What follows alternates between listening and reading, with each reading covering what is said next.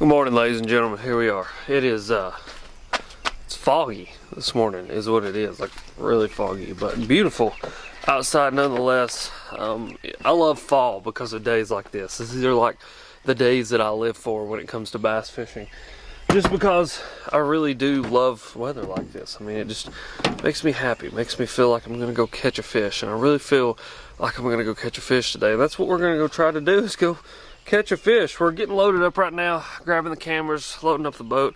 Honestly, getting a little bit of a later start than I wanted to, but the biggest thing is I'm tired. And the reason I'm tired is because, you know, like this whole working a normal job thing and like not being a full-time YouTuber, you know, it really cramps my style as far as being able to do whatever I want to. So here we are though. Next week though, it's gonna be awesome because I'm off all next week. Going on an amazing trip with some amazing people.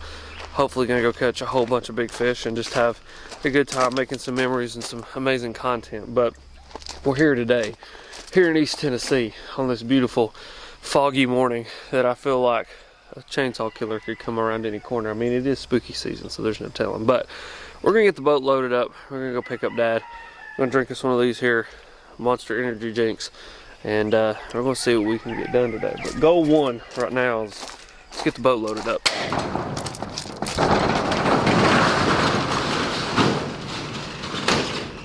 One of the best parts about living in East Tennessee is, number one, living in East Tennessee. I mean, it's just fantastic. One of the bad parts about living in East Tennessee is the fact that it is like 100% humidity all the time. It doesn't matter if it's the dead of winter, if it's the middle of fall, if it's the middle of summer, or what it is, it's always humid, and it fascinates me. But so what that does is it keeps me from being able to film. Like, I just wanted to film this really cool scene of me walking into my building and hooking up my boat, and I had all this big plan until my camera hit the outside air for more than 3 minutes and the lens fogged up. So yeah, I mean, you can see what my windows do there. That's what my lens on my camera does too. So yeah, sorry you didn't get that cool B-roll shot, but you do get to see my face and you get to hear my voice talking. So there is that this morning. But yeah, I have no plans. I don't know what the plan. I literally have zero plans this morning. I don't even know what lake I'm going to.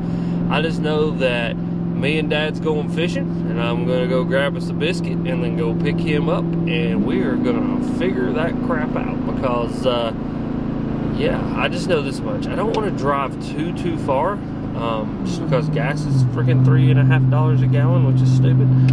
So there's that, which I'm honestly thinking about starting a challenge series and just calling it like the expensive gas series. And until gas gets below $2.50 a gallon again, which I don't know when that'll happen, like just doing things where I do what everybody else has to do, which is pull their boat to the lake, put it in, and just use their trolling motor because they don't want to burn that much gas and don't want to have to spend that much money. I mean, it's just ridiculous. But yeah, we're gonna get it figured out. We're gonna go have some fun. We're gonna go catch some fish and just enjoy this day, and then hopefully we can come home and see UT play South Carolina and beat them. For all you Gamecocks fans, I'm sorry, but that's just the way that I roll. So yeah, to the biscuit place, to the Dad's house, to the lake. That's where we're going.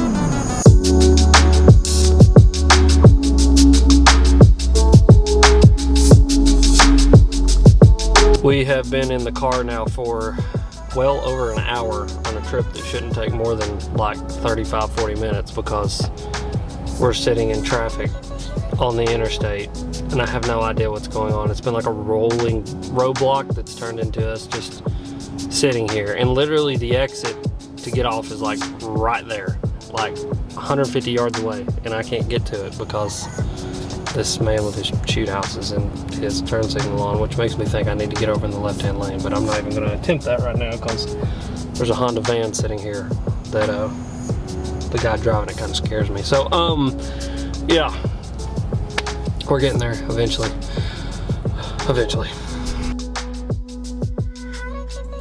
Oh God, it's got hammered right there. Did you see that? I think it's white bass.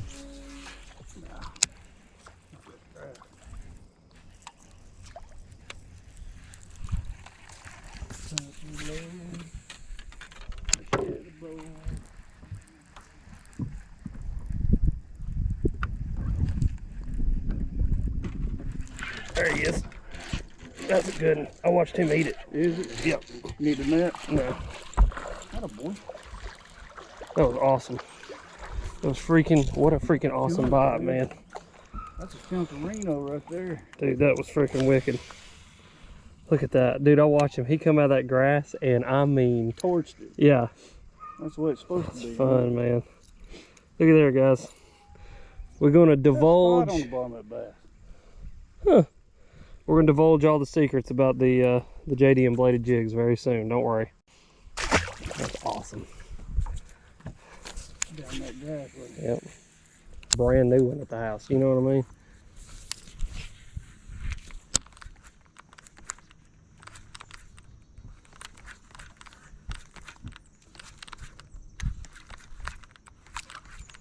I just thought this looked really good right here with all this current.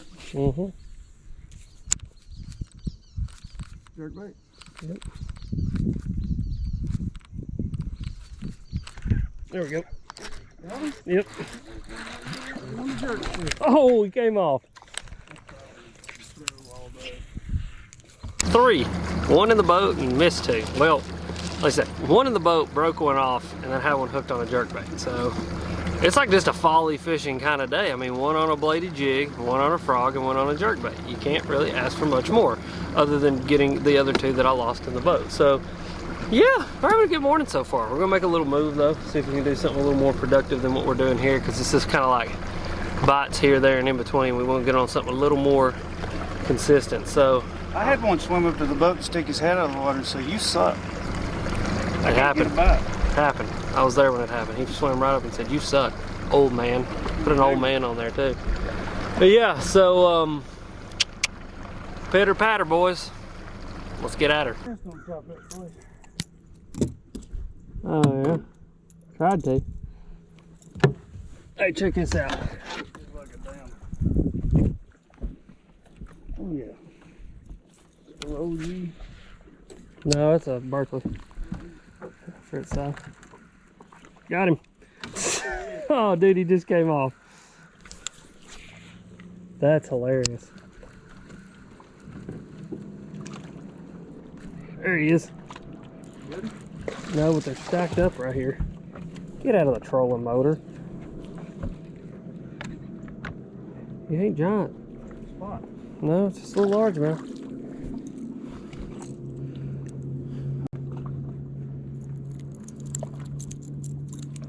Oh, come on, don't poop in my boat. There we go. Little bitty. Man, I mean, just little bitty. Watch out over there.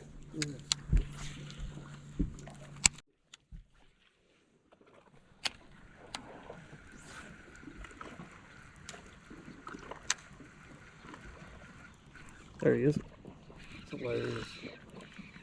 It's a little stack of them right here, you know? Yeah. Little bitty ones, but that's funny. Yeah, it's fun. Oh, God, I missed him. They're little, dude. I mean, look at them, how little they are. Yeah. But you know what? Stacked up somewhere. They're getting ready for fall, you know? Well, essentially all they did was take a saltwater. Golly, that's... No, he ain't good, dude. They're just eating it so hard. Where'd he go? He's came off.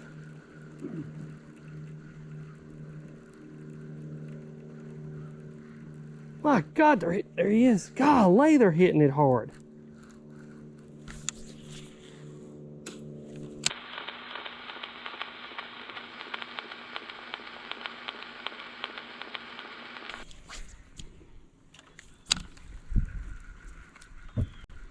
Oh, Lord. He took it away from me, dude. Dude, I'm telling you. That's hilarious. Smalley. Yeah. There's the largemouth. That's awesome. Yeah, did you see how hard he hit it? Yeah. He smoked it, man. That is so funny. Good job. Yeah, that was fun, dude. When I stopped it, dude, he just blasted it. A little bit, but they're not eating topwater. Yeah. There we go. Yeah. That'll be a big one in there somewhere. Get in here. God, they're mean. Look how mean they are, dude. Golly. I ain't never. See ya, bud. Too much noise up there, boy.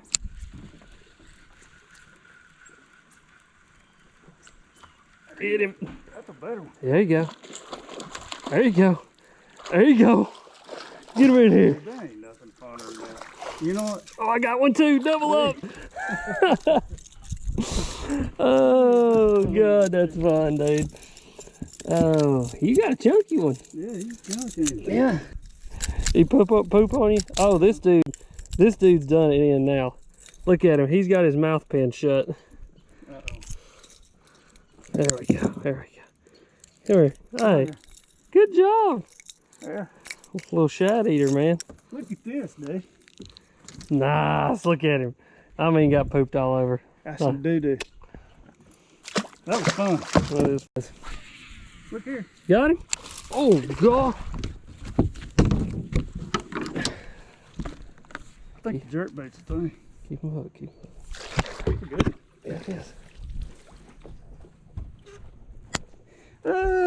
Get him, Paul. You said there's a lot of grass right here. Hey, look here. Good job. Pretty, ain't it? Yeah. There, I had him hooked too. Zeros. Well, he got some pads on him, man. 2 pounds, 8 ounces. Yeah, 2.5. Ain't bad. Dead on the money. I'd take him all day long, boy. That's right. Look how thick he is. Yeah. Look at his tail. Yeah. Thank you, Lord. Hi. Good That's job. nice.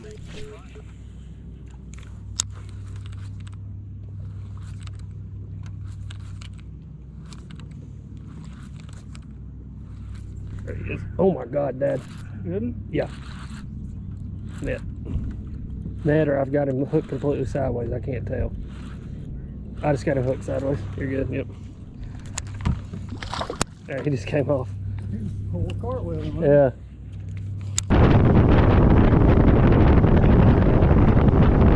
Well, tell you what, fishing is expensive. I don't care what anybody says about it. Fishing's expensive. It's expensive for a couple reasons. Number one's the gas. Gas is just stupid. I literally am, my gas light just came on and I don't know how far we are from a gas station. So let's hope that we make it somewhere pulling this boat.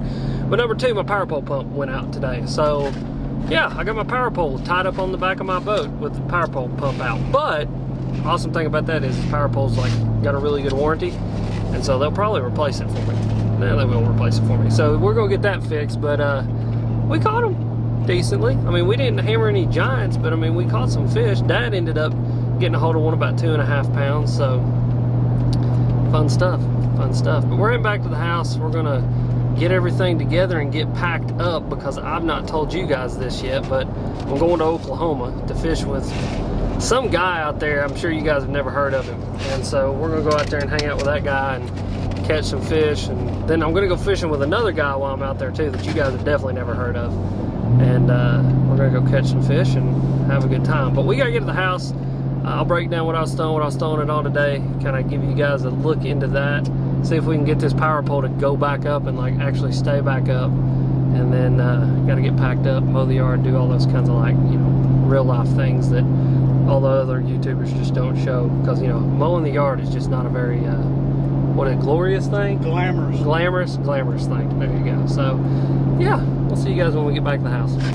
Alright, I have 3 gallons, no, 3 miles to empty. I pulled around the back of this dad gym. Oh, shit. I pulled around the back of this gas station, and I didn't know that there was a car wash. So we're going through the car wash. Are my power poles gonna fit? Yeah. For sure? Yeah. Positive? Yeah. Positive? Oh, Yeah. dude, they're gonna be close. Alright. Yeah, by freaking inches. Holy cow. I told you they were alright. Watch your back end. I'm watching it. Well, again, I'll say it. Fishing is expensive, but this is actually, it'll all be covered under warranty, so I'm glad about that. But this is what I've got going on right now, just to hold it up a little bit. Essentially got my power pole tied up so that it doesn't flop completely down. But you guys can see that pump went out, and when that pump went out, that power pole was just slightly down. And with the pump out, it won't come back up. It kind of just stays in position. But like the pump itself will not run. I checked all the fuses, checked all the connections. It's none of that. It's essentially just the pump went out. Because if you look at my pumps, I actually replaced one pump when I got the boat. That pump over there, the right side pump, when I got the boat from Gene. And so I guess this one's just ran its course, ran its life, and it's done so too. So we'll replace that one very, very soon. But yeah, that's what we're running with right now. You know, if you drink smart water, it's supposed to make you really, really smart. I don't know if that's actually true.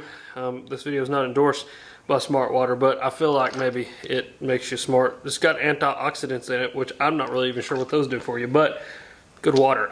Yeah, here we are. Welcome back to the beer barn. We made it back at the house. Got all of the chores done that I need to get done. Got ready and packed up for my trip. So really all my fishing stuff, except for the few things that I'm going to talk about here, are packed up and ready to go to the great state of Oklahoma.